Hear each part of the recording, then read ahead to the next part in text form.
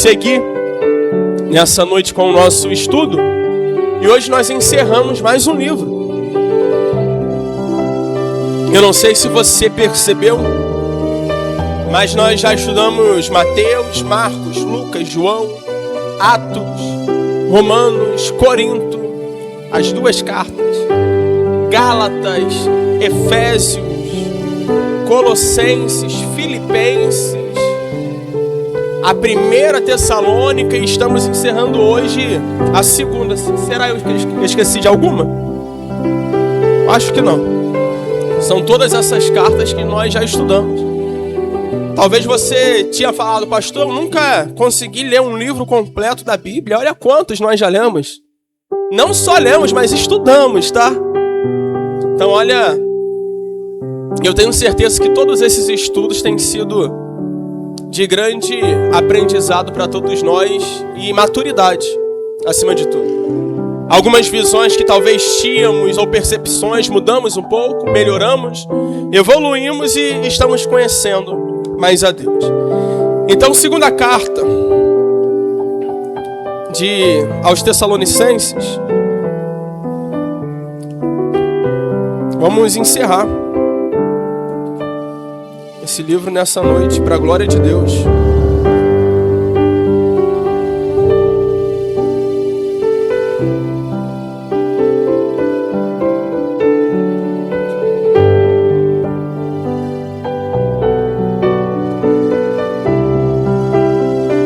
Capítulo 3,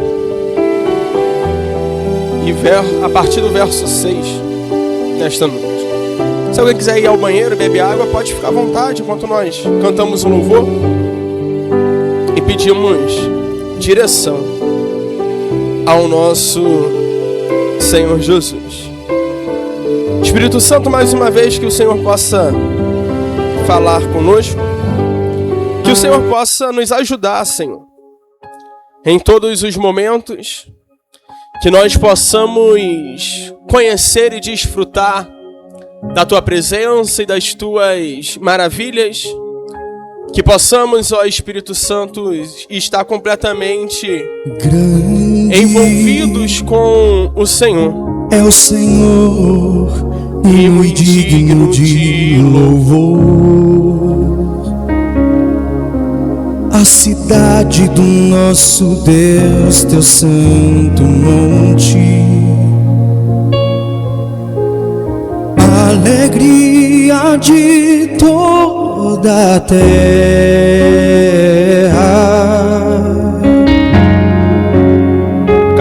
Segunda carta aos Tessalonicenses, capítulo 3, verso 6. É o Senhor em quem nós temos a vitória, e que nos ajuda contra o inimigo. Por isso que nós estamos aqui, nos rendemos diante dele. Por isso diante dele nos prostramos. Adore a Deus, exaltando e engrandecendo o nome dele. Queremos o teu nome engrandecer e agradecer-te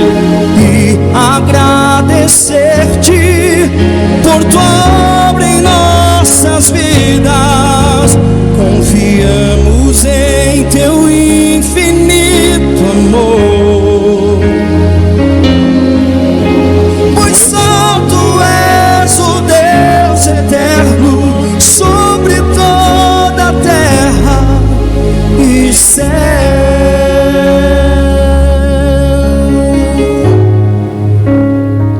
Declare: grande é o Senhor. É o Senhor em quem nós temos a vitória. Aquele que nos renova a cada dia, a cada manhã. Aquele que nos dá força para vencer os desafios e os obstáculos. Por isso diante dele Senhor, nós estamos prostrados diante da tua presença para aprender mais de ti, para te conhecer mais. Queremos o teu teu nome possamos ouvir a tua voz nítida e clara a falar conosco. e agradecer-te por tua obra em nossas vidas. Confiamos em teu infinito amor, pois só há um Deus, um só Senhor, pois só tu és o Deus eterno sobre toda a terra e céu. Mais uma vez, engrandeça o nome do Senhor nessa noite.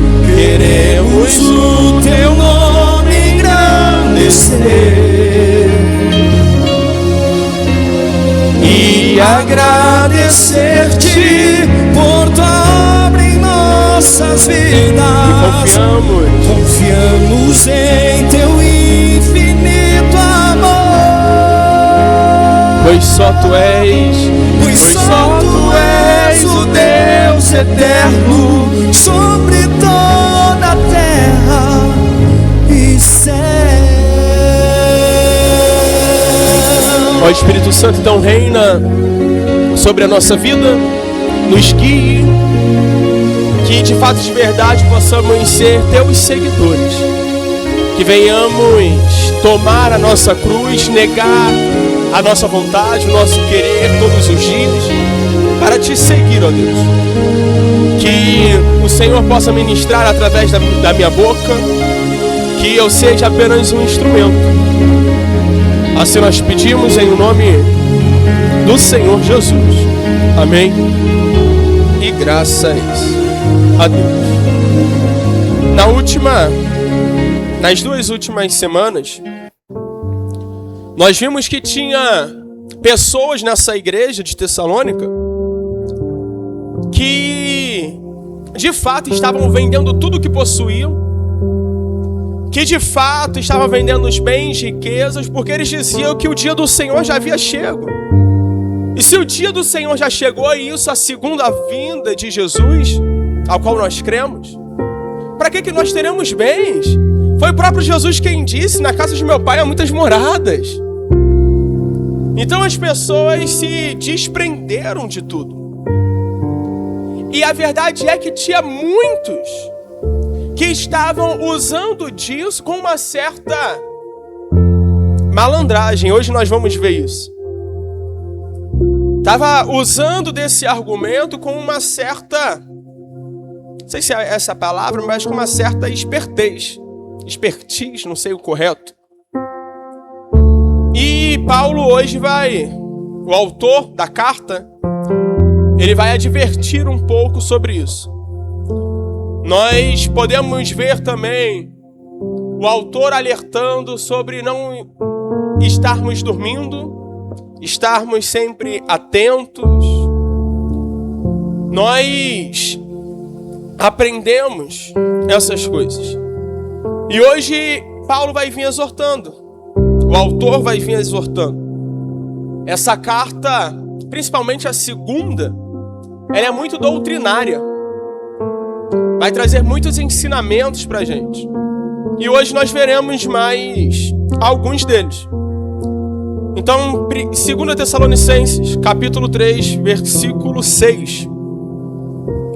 Vai dizer assim, o título: exortação à prática de vários deveres cristãos, sociais e coletivos também. Ou seja, tanto sozinho, deveres que nós temos, responsabilidades que nós temos no íntimo, como também responsabilidades que nós devemos ter e assumir no coletivo, na congregação da igreja.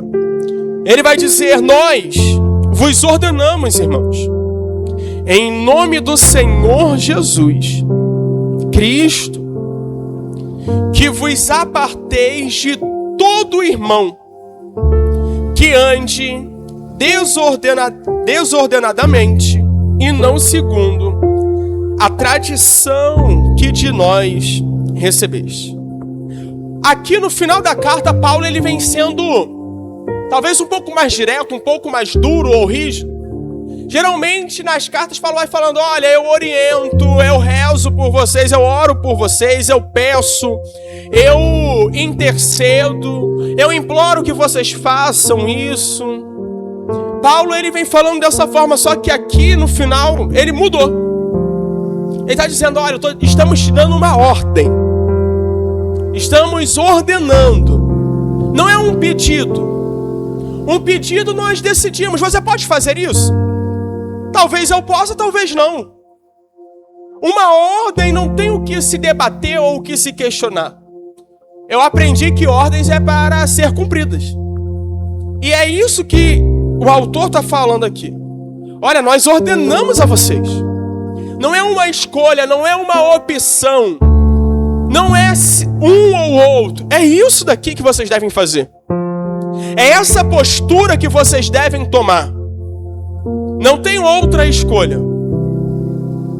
Então aqui o autor está dando uma ordem para aquela igreja, para aqueles irmãos. E os irmãos aqui, geralmente nas cartas de Paulo, quando Paulo vai usar a palavra irmãos, é que Paulo considerava não apenas irmãos, amigos, não, mas irmãos como se fossem filhos dos mesmos pais. Eu estou ordenando, irmão, talvez até como um irmão mais velho, quando dá uma ordem para um irmão mais novo, possa ser dessa forma que ele via. Nós vos ordenamos, irmãos. Aí ele vai usar alguns atributos. Ele vai mandar, ele vai dar essa ordem, primeiramente, em nome de quem? Em nome de Jesus. Nós sabemos que o Senhor Jesus, a todo poder e autoridade foi dado ao nome de Jesus. E Paulo ele vem usando isso como um argumento para ele, porque não era só uma ordem de Paulo. Está falando, olha, eu estou mandando em nome de Jesus. O nome de Jesus tem poder nos céus, na terra, debaixo da terra. Então, o primeiro argumento que ele vai usar é o Senhor Jesus. E Paulo vai lembrar Jesus Cristo. E o que isso significa? Aquele que morreu na cruz. Aquele que derramou o sangue. Aquele que nos comprou. Hoje falamos Jesus Cristo exatamente porque Jesus morreu na cruz. E na cruz ali mostrou que agora nós fomos comprados pelo sangue.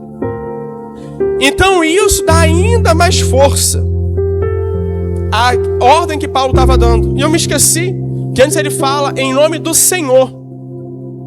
Aqui existe uma hierarquia. Senhor é quem manda, o servo é quem obedece. Ou do rei e do seu subordinado também, do patrão e do empregado. Então ele usa 3 argumentos. Senhor, Jesus, o nome que tem poder sobre todas as coisas, ou o Filho de Deus, alguns preferem como o próprio Deus encarnado também, e depois Cristo. Senhor Jesus Cristo. Então Paulo ele vem usando isso como um degrau para mostrar a importância da ordem que ele estava dando. Não são apenas as minhas palavras. Eu estou ordenando também o nome daquele que é Senhor. Eu estou ordenando o nome de Jesus e do Cristo que nos comprou. Para a tamanha importância que era essa ordem. E vai continuar dizendo o que Paulo ordena, pastor. Ele vai dizer agora que vos aparteis, ou que vocês se afastem de todo irmão que anda desordenadamente e não segundo a tradição que de nós recebeste. Você vê que aqui por alguns instantes Paulo vai mandar que eles se afastem de outros irmãos. Mas pastor, irmão tem que andar junto? Depende. Nesse caso aqui específico, tinha que estar separado. Tem muitas vezes que talvez nós tenhamos a necessidade de nos afastar de alguns irmãos. Tenhamos que tomar uma certa distância de alguns dos nossos irmãos. Principalmente quando eles agem contra ou contrariando a palavra de Deus. Quando você vê um irmão andando, agindo contrário à palavra de Deus, se afaste. Se distancie. Porque isso pode nos contaminar. Isso pode sujar o nosso coração. Então é melhor se afastar. Você lá e eu aqui, meu caro. Podemos congregar na mesma igreja, como eles congregavam. Podemos participar dos mesmos cultos. Mas esse apartheid aqui é que era muito comum dos irmãos naquela época estarem visitando a casa uns dos outros, comendo junto. Isso era normal, era tradição. Então quando Paulo está dizendo, olha, se aparte deles, é exatamente, não fique mais frequentando a casa, não esteja mais em comunhão com eles, não participe das mesmas conversas, dos mesmos pensamentos. É isso que Paulo está dizendo. Se distancie. E tem um motivo, porque eles estavam andando de maneira desordenada. Eles estavam contrariando, a palavra aqui está dizendo tradição, mas se a gente for traduzir essa palavra, vai dizer ensinamentos, significa ensinamentos.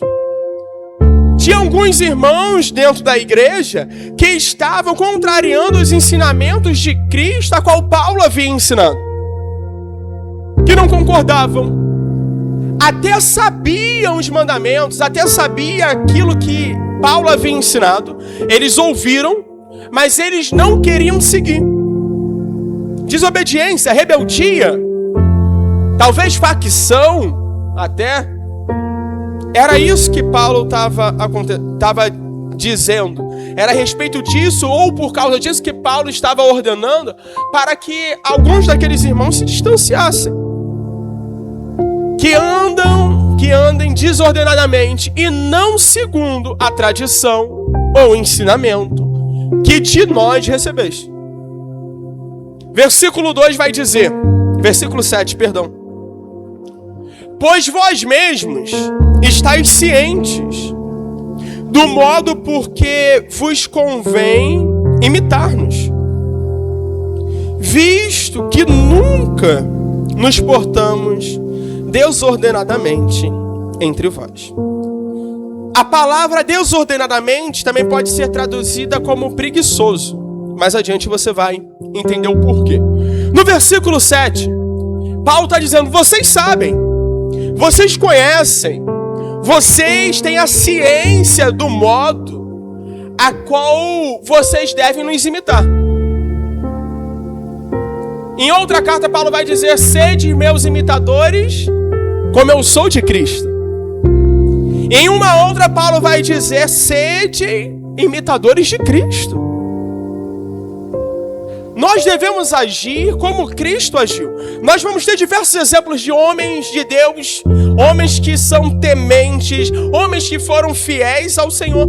Mas o nosso maior exemplo, a nossa maior referência sempre vai ser Cristo. Sempre vai ser o Senhor Jesus.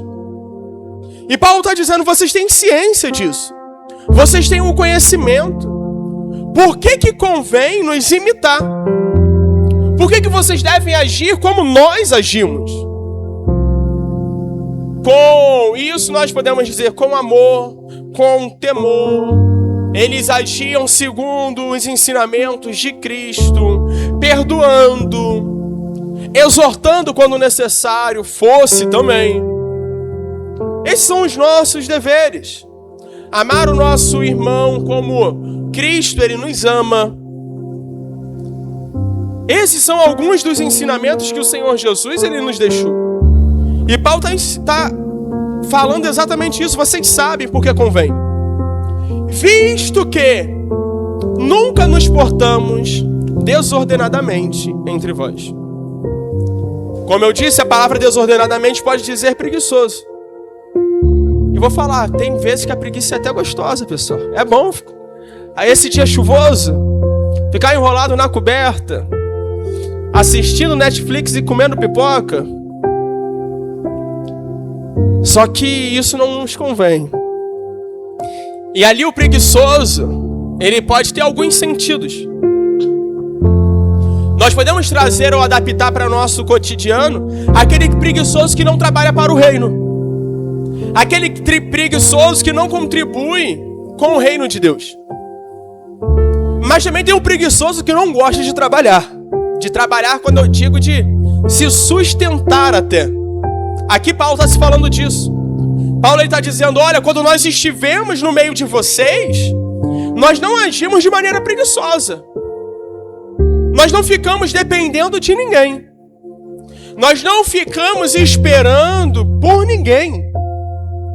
Verso 8 vai dizer, nem jamais, aí olha o que vai, isso daí vai dizer exatamente ao sustento, tá? Nem jamais comemos pão à custa de outrem. Pelo contrário, em labor e fadiga, de noite e de dia, trabalhamos a fim de não sermos pesados a nenhum de vós. Pastor, o que Paulo está dizendo? Que o período que ele ficou lá nessa igreja, o período que ele passou lá, ele não ficou dependendo da igreja. É errado o pastor ter salário? Não, e Paulo vai dizer isso no próximo versículo, tá?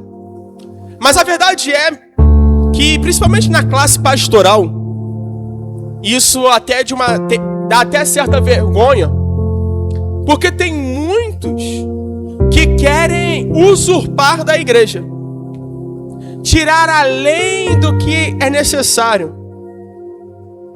Usam a igreja, tem muitos que já visam a igreja hoje como uma empresa, tá? Tem muitos que já visam assim. Olham para cada pessoa como se fosse cifrão. Essa é a verdade. Perdeu a essência de salvar. A igreja de comunidade, de união. E já olha para cada pessoa como se cada pessoa fosse um cifrão mesmo. Então muitos perderam isso. E Paulo está dizendo que o período a qual ele esteve lá, ele não dependia nem da comida. Nem a comida a igreja dava a ele, porque ele não dependia, pelo contrário. Ele trabalhava em labor, em lutas, em fadigas, tanto de dia quanto de noite, para não se tornar um fardo, para não se tornar um peso para aqueles irmãos. Para não se tornar um peso para aquela igreja. E nós temos que sempre nos lembrar que a palavra, se Paulo está falando isso, é porque isso estava acontecendo lá com alguns irmãos. Alguns dos irmãos estavam dependendo única e exclusivamente do mantimento da igreja, do sustento. Alguns dos irmãos estavam dependendo para sobreviver completamente da igreja. E Paulo está advertindo isso. A Bíblia, já viu quando uma criança está fazendo algo errado e você diz, não faz isso? Você só repreendeu porque ela estava fazendo. A Bíblia também é assim. Se o autor está repreendendo, é porque isso também estava acontecendo lá. Paulo está falando, nem eu fui peso para vocês. Nem eu me tornei um fardo para vocês, pelo contrário. Eu trabalhava para me sustentar. De dia, de noite, em fadiga, cansado, em muitas lutas. A gente não trabalhava para se sustentar. Então por que agora esses estão, me desculpa até o termo meio baixo, mamando na teta da vaca? Por que esses agora estão sugando tudo? Não tem um motivo. Verso seguinte, verso 9. Ele vai dizer assim, não porque não tivéssemos esse direito. Você vê que aqui ele fala, olha, nós não dependemos, mas não é sinal que nós não tínhamos direito. Pelo contrário, tínhamos o direito. O trabalhador, ele é digno do seu salário. Não porque não tivéssemos esse direito, mas por termos uma vista ou uma visão de oferecer-vos ou oferecer a vocês exemplo em nós mesmos, para nos imitardes. Paulo está falando, olha, nós até poderíamos fazer isso, mas sempre quisemos ser exemplos para que vocês viessem nos imitar. Então Paulo, ele era um abridor de igrejas. Ele ia, iniciava a igreja, ele pregava ali, e ali começava um movimento. Pessoas eram convertidas e ali dava início a uma igreja de Cristo. Só que Paulo não permanecia por longos períodos. Ele abria e ele ia embora. Ia para uma outra cidade, para uma outra localidade. E ele sabia que quando ele fosse, alguém ficaria no lugar dele. E talvez esse alguém que ficasse no seu lugar poderia ficar, mais uma vez, me perdoe pelo termo, mamando na teta da vaca, sugando tudo. Aí o outro pastor, outro líder que fosse ficar, poderia ficar usurpando da igreja. Então ele fala, olha, nós não vamos fazer isso para que os próximos que vierem também depois de nós ajam como nós estamos agindo. Ajam como nós estamos fazendo também. Para que eles de fato e de verdade eles possam estar nos imitando. Não que isso não é direito, não que o pastor, aquele que está à frente, não possa receber. Mas ele sabia que já teria pessoas maliciosas. Ele sabia que teria pessoas já com maldade no coração. Por isso que Paulo, Timóteo e Silas agem dessa forma quando estão na igreja. Versículo 10. Porque quando ainda convosco vos ordenamos isto: se alguém não quer trabalhar, também não coma. Paulo aqui é muito direto. Ele vai dizer, olha, quando nós estávamos aí no meio de vocês, nós já havíamos ordenado. Então é sinal que nessa igreja também a preguiça lá já era comum já. Porque quando ele estava, ele havia alertado. Agora ele é ausente, através da carta está alertando novamente. É simples, se alguém não quer trabalhar, tá tudo bem. Mas também não coma. Se alguém não quer trabalhar, quer ficar agindo de uma maneira desordenadamente, se alguém quer ser preguiçoso, tá tudo bem nisso, mas também vai morrer de fome. Basicamente isso que ele está dizendo. Não queira ficar dependendo dos outros irmãos, não queira ficar querendo ser um fardo ou um peso. Não queira. Porque não é justo. Você não quer trabalhar, não quer se sustentar, você não quer se manter, congrega na igreja, mas quer que o outro irmão te sustente. O irmão que trabalha tem que ficar te sustentando? Não. E aqui nós temos que ter um cuidado e uma certa maturidade para entender isso. Diferente é a pessoa passar por uma necessidade, momento. A porta se fechou, um período de enfermidade, ela não consegue se manter. É papel da igreja ajudar. Tá? Outra coisa é a pessoa poder se sustentar. Ela não se sustenta e quer depender dos irmãos. Uma fase ruim, ela passa. Uma vida inteira ruim, é difícil, né? Então nós temos que ter esse cuidado. Pastor, os nossos irmãos estão passando por necessidade, então nós não vamos ajudar? Pelo contrário, vamos ajudar. Devemos. Isso mostra o amor, porque amanhã pode ser eu e você também passando por algum momento difícil. Mas é momento.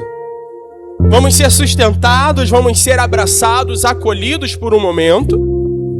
E depois, essa pessoa se levanta, ela consegue. E isso nós podemos ver até... Segunda e terça eu estava numa palestra, ontem foi meu aniversário até. Vocês mandaram, muito obrigado a todos, tá? Pelas felicidades que me mandaram. Mas foi um aniversário um pouco diferente, não comemorei.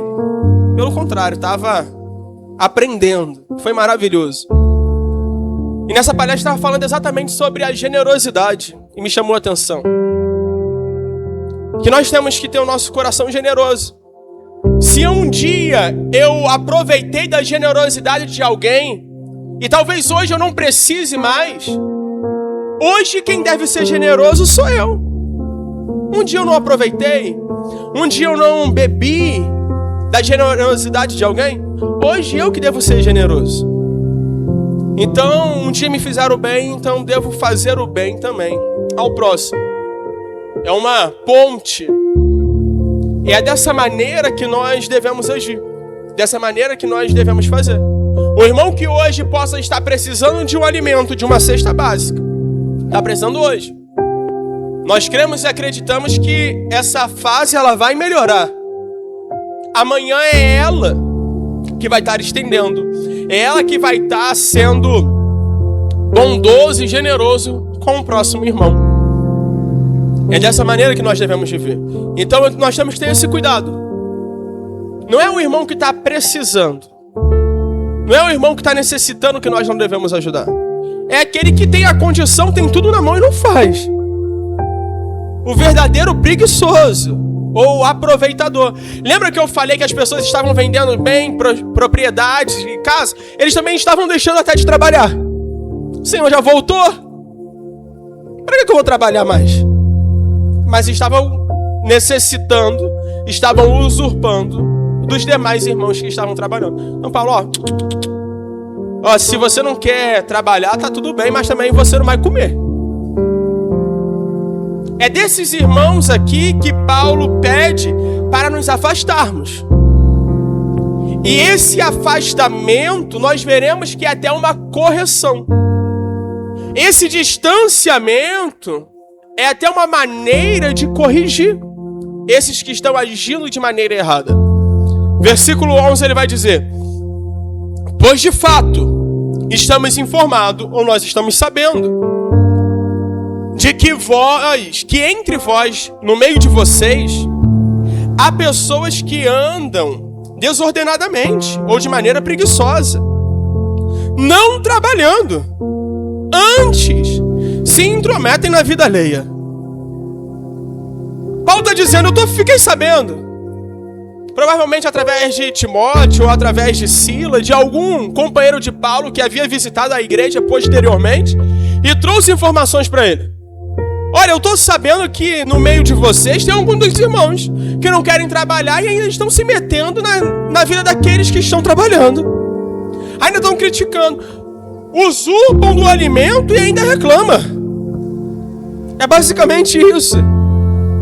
Não estão fazendo nada e estão criticando aquele que está fazendo.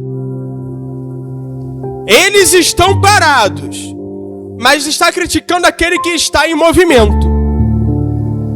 É isso que Paulo ele está repreendendo. É a respeito disso que Paulo está dizendo. Com certeza você conhece alguém que não ajuda em nada, mas para atrapalhar, essa pessoa é demais.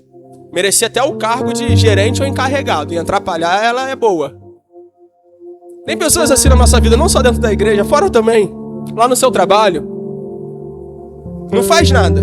Você está fazendo. Não é assim não. Dá vontade de dar uma resposta. Pega você e faz. Se você sabe por que você não fez então? Ou se está incomodado, se você faz melhor, vem aqui fazer. Toma, é tudo seu. Essa é a vontade que dá da gente responder essas pessoas. Então, esse tipo de pessoa nós devemos nos afastar. Versículo 12 vai dizer: a elas, porém, determinamos e exortamos no Senhor Jesus Cristo. Você vê que está sendo exortado segundo Cristo, segundo Deus, que trabalhando tranquilamente comam o seu próprio pão. A essas pessoas, a vocês, nós determinamos, ensinamos, exortamos em Cristo. Aquelas pessoas que não estavam trabalhando, que vocês possam trabalhar e comer o seu próprio pão. Eu imagino que o que poderia acontecer, isso lógico é uma suposição, tá? A Bíblia não está falando disso. Mas vou te dar um exemplo, eu não trabalho, eu ainda como da comida do meu irmão, eu ainda vou reclamar, caramba, esse arroz não é o carreteiro, hein? Essa carne, eu queria comer picanha, comprou uma fraldinha. Aí Paulo está dizendo, olha, vocês então, que vocês trabalhem e comam aquilo que vocês querem. Que vocês comprem o que for de melhor. Eu já tive uma experiência, não foi comigo, mas eu presenciei. Da pessoa receber uma doação, né? E ela ainda não gostar da doação que recebeu, só isso. E eu não falei. Mas eu fiquei pensando, caramba, tá precisando, tá recebendo e tá reclamando? É difícil. Assim fica difícil. Então é basicamente isso. É basicamente isso que estava acontecendo. Então, aos irmãos que não estão trabalhando, Paulo está dizendo, nós determinamos e exortamos a vocês. Isso em Cristo, por amor a vocês. Que vocês trabalhem e comam do próprio pão. Daquilo que vocês mais gostam.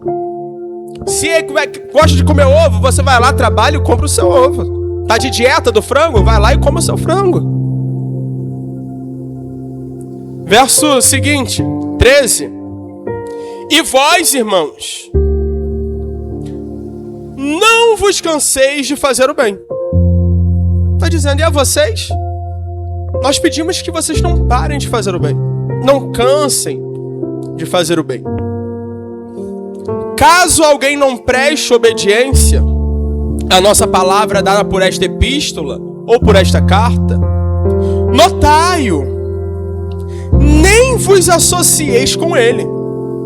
Nem convivam, não visite a casa, não tenha comunhão, não passe o dia com ele, não se associe a eles, para que fique envergonhado.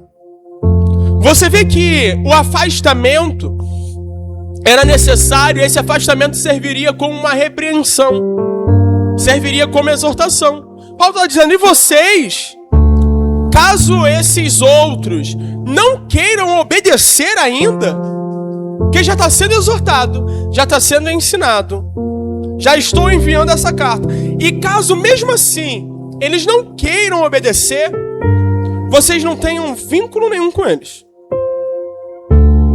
para que eles fiquem envergonhados. Trazendo para a nossa linguagem, para que eles reconheçam aonde eles estão errando, para que eles possam entender que eles estão errados. Porque verdadeiramente nós sabemos que quando fazemos algo de errado e esse algo não é repreendido, parece que eu estou fazendo certo. Então ele está dizendo, tomem essa atitude, se afastem, para que eles venham se sentir vergonha, para que eles venham ficar constrangidos, e que aí sim eles possam entender que eles estavam errados, e não vocês por terem se afastado. Vocês se afastaram até por uma certa bondade. Ele não falou, não se cansem de fazer o bem. Vocês estão se afastando por bondade, para que eles não se percam, para que eles não percam a essência de Cristo.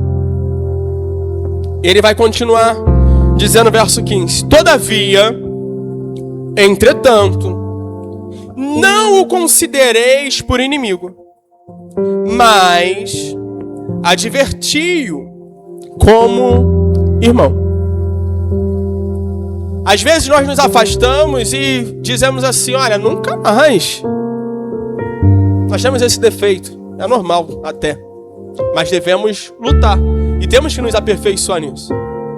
Eu sou muito assim, a pessoa errou comigo uma vez só, eu até perdoo, não guardo rancor, não guardo, mas eu não quero mais ter vínculo nenhum com ela. É um defeito meu, é algo que eu tenho que mudar, porque todos nós estamos sujeitos a errar.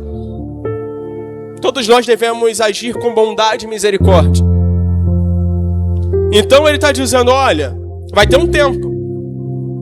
Essa advertência não é para sempre. Eles não devem ser excluídos para sempre da igreja. Eles não devem ser expulsos. Não. Mas que vocês possam advertir a cada um deles como irmão. Geralmente, irmão, a gente quer estar perto. A gente briga, mas quer estar perto. Eu brigava muito com a minha irmã. Hoje, não desgrudamos mais. Então, geralmente, irmão tem essa relação. Briga, se desentende, mas o amor, ele prevalece. O amor de irmão fica acima de todas as coisas. Então, ele está dizendo, olha, exortem como irmãos. Corrija. Ensine eles. Mostre o caminho. Mostre a direção. A exortação não é para sempre. Não considere como inimigo. Inimigo nós queremos ver a morte. Inimigo, nós queremos que os nossos inimigos morram. Essa é a verdade. Essa é a nossa realidade. Esse é o pensamento que vem como a respeito dos inimigos. Então ele está dizendo, eles não são inimigos de vocês. Não se odeiem. Não se matem. Mas exortem, ensinem como irmãos em Cristo. Verso 16. Ora, o Senhor da paz. Vê que o Senhor não é da discórdia, da separação. O Senhor é da paz. Ele mesmo vos dê continuamente ou constantemente a paz em todas as circunstâncias. O Senhor seja com todos vós. Agora ele está dizendo, olha, que Deus dê a paz a vocês. E que dê não a paz em alguns períodos, não em alguns momentos, mas que a paz ela possa ser contínua, que a paz ela venha a ser constante, que a paz de Deus com vocês, ela não se acabe. E em todas as circunstâncias, em momentos assim em que há problemas na igreja, na congregação, que vocês estejam ainda assim em paz. Perseguidos, como nós vimos que Tessalônica era perseguida, que vocês também tenham a paz. Quando discordarem, que a paz sejam com vocês. Em todas as circunstâncias. Na alegria, na tristeza, nas lutas, perseguições, nas angústias e aflições também. Que a paz de Deus ela possa estar com vocês. O Senhor seja com todos vós. E é isso que nós temos que entender. Geralmente nós temos problema e perdemos a paz. Às vezes tem coisas que eu fico remoendo até. Tem determinadas coisas que tem para serem resolvidas que eu perco o sono. Que não consigo ficar em paz. Até que aquilo se concretize. E nós devemos aprender a estar em paz em todas as circunstâncias. Estar em paz não é estar acomodado como alguns dos irmãos estavam. Estar em paz é confiar em Deus. Deus ele está cuidando de tudo. Não andeis ansiosos. Se Deus ele cuida das aves dos céus, vocês não são mais importantes do que eles? Isso é estar em paz. É confiar em toda e em qualquer situação. É fácil? Não. Não é fácil. Imagine um pai ou uma mãe que tem um filho no hospital com risco. Eu duvido que seja fácil para esse pai e essa mãe ficar em paz. Como? A qualquer momento pode perder o filho. É difícil.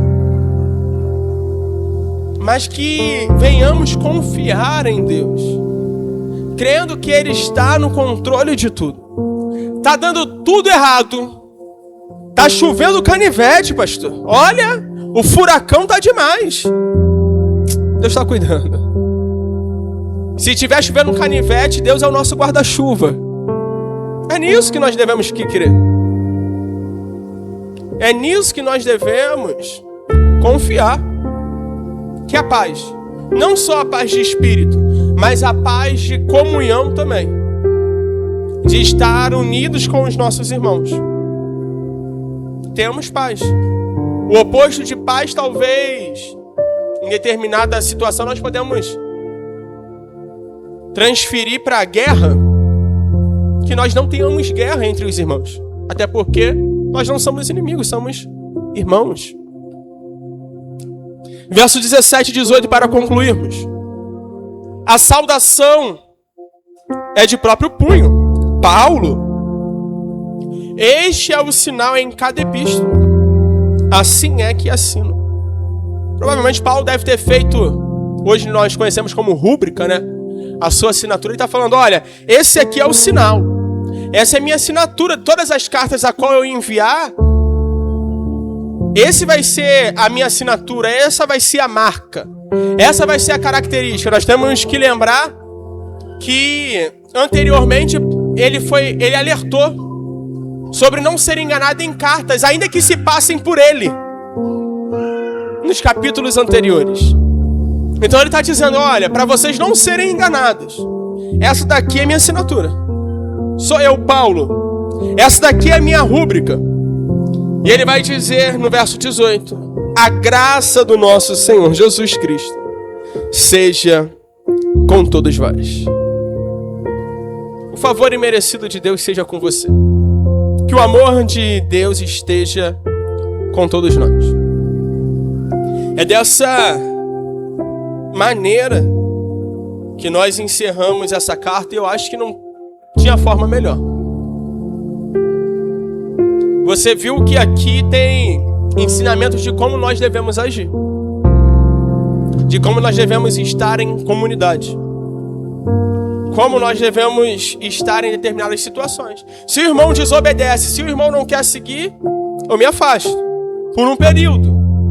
Que esse afastamento venha servir de ensinamento, de exortação, para que ele se lembre, para que ele caia na real, para que ele desperte.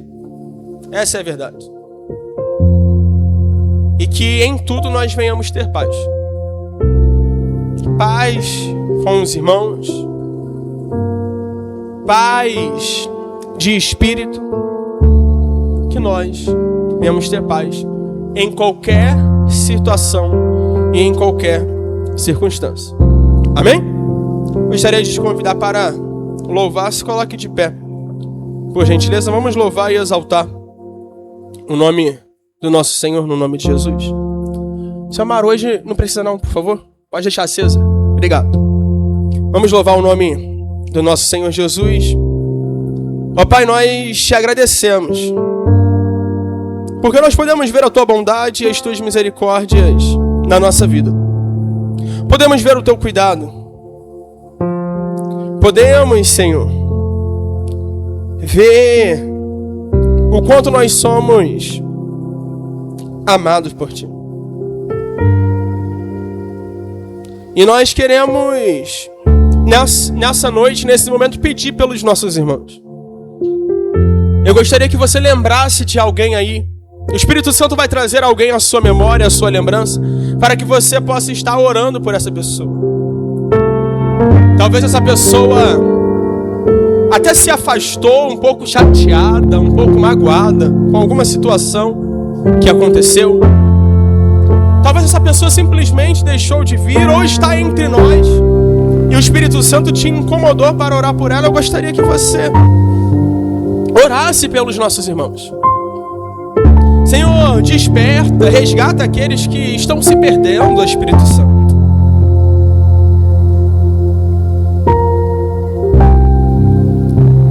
E enquanto nós intercedemos pelos nossos irmãos, o Senhor, Ele tem cuidado de nós.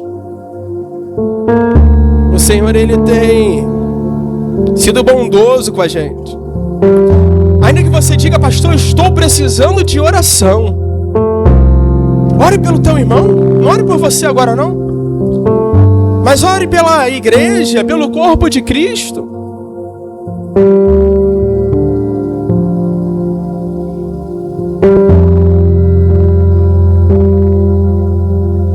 Quando nós oramos, o Senhor, Ele cuida de nós. O Senhor, Ele nos transforma. O Senhor, Ele renova as nossas forças. O Senhor, Ele nos fortalece. O Senhor, Ele provê, abre as portas, derrama as bênçãos também sobre a nossa vida. Senhor, e isso que nós fazemos, ó Pai, isso não é um dom ou mérito nosso, mas isso é dom do Senhor que nos deu. O Senhor nos ensinou a amar os nossos irmãos também como o Senhor nos ama. E assim também como o Senhor nunca desistiu de mim e de nenhum de nós. Senhor, que nós não venhamos desistir dos nossos irmãos. Sabemos, ó Deus, que tem alguns que dá trabalho. Sabemos que tem alguns dos nossos irmãos que são complicados, Senhor. Mas não me deixe desistir, pois um dia teve alguém também que não desistiu de nós. Teve alguém que não desistiu de mim. Senhor, que Tu possas ouvir a nossa adoração e a nossa oração nessa noite, nesse culto. Fortaleça a Tua igreja.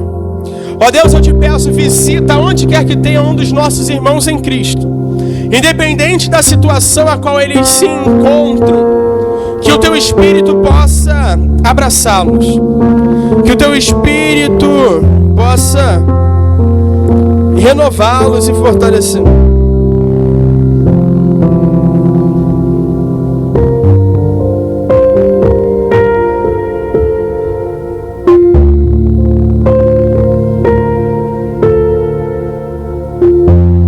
Nós estamos rendidos diante de Ti.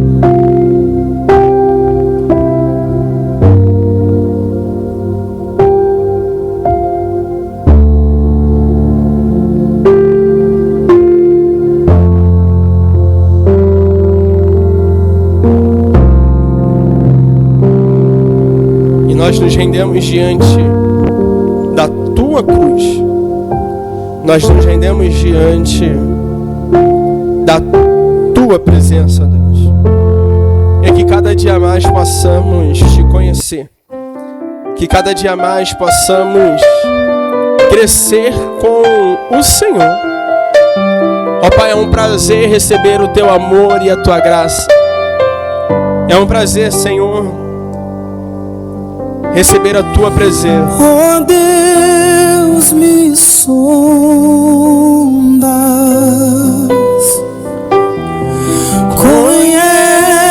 conheces-me,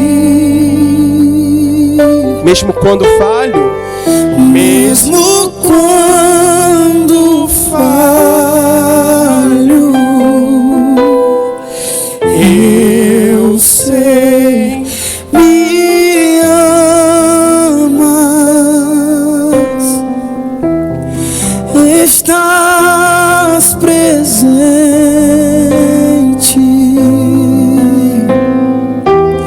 a me cercar.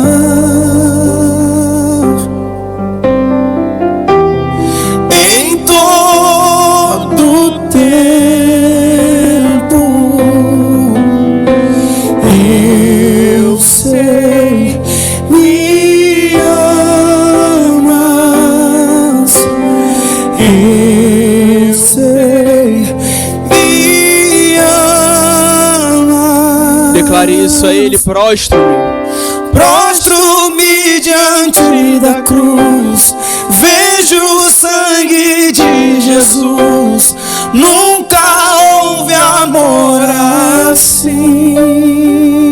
E sobre a morte já venceu, sua glória ao céu encheu, nada irá me separar. Tu és meu guia. Ó Senhor, diante de Ti nós queremos estar prostrado. Meu protetor,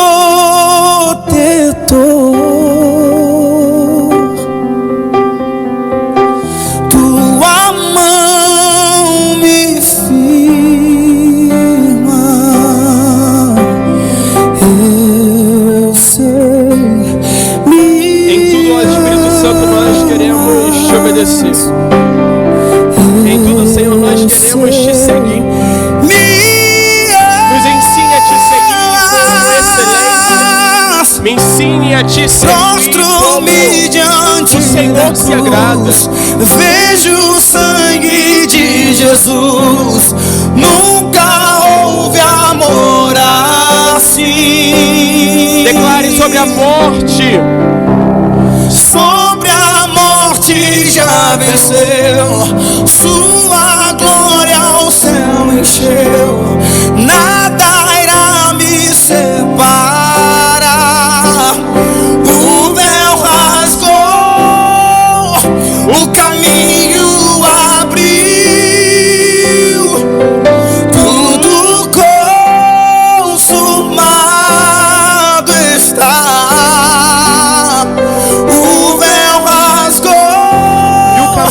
O caminho abriu,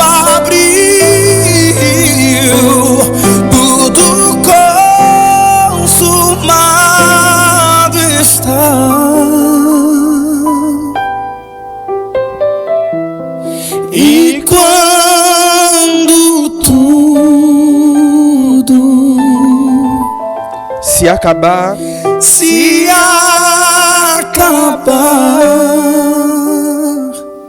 estarei seguro,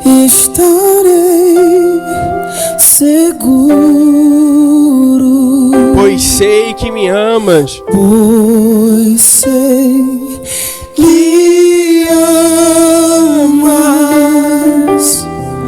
pois sei me amas. E eu prostro-me diante da cruz, vejo o sangue de Jesus. Nunca houve amor assim. Sobre a morte já venceu, sua glória ao céu encheu, nada irá me separar. Senhor, e nada irá nos separar do teu amor, nada irá nos separar da tua presença, pois assim como o Senhor encheu os céus com a tua glória, o Senhor também nos encheu hoje com a tua presença. Senhor, nunca houve um amor tão grande, amor esse que fez o Senhor se entregar pelos seus amigos e por cada um de nós. O Senhor nos amou de tal maneira que se entregou por inteiro para nos salvar, e é por isso que estamos aqui. Senhor, que o teu amor possa estar em nós, que venhamos amar com o amor do nosso Senhor Jesus. Me ensine a olhar com os teus olhos, me ensine a agir como o Senhor agiu em nosso lugar, e que, ó Pai, a cada dia possamos te conhecer mais e mais. Assim nós te pedimos em o nome de Jesus. Amém. E graças a Deus. Amém. Olha aqui um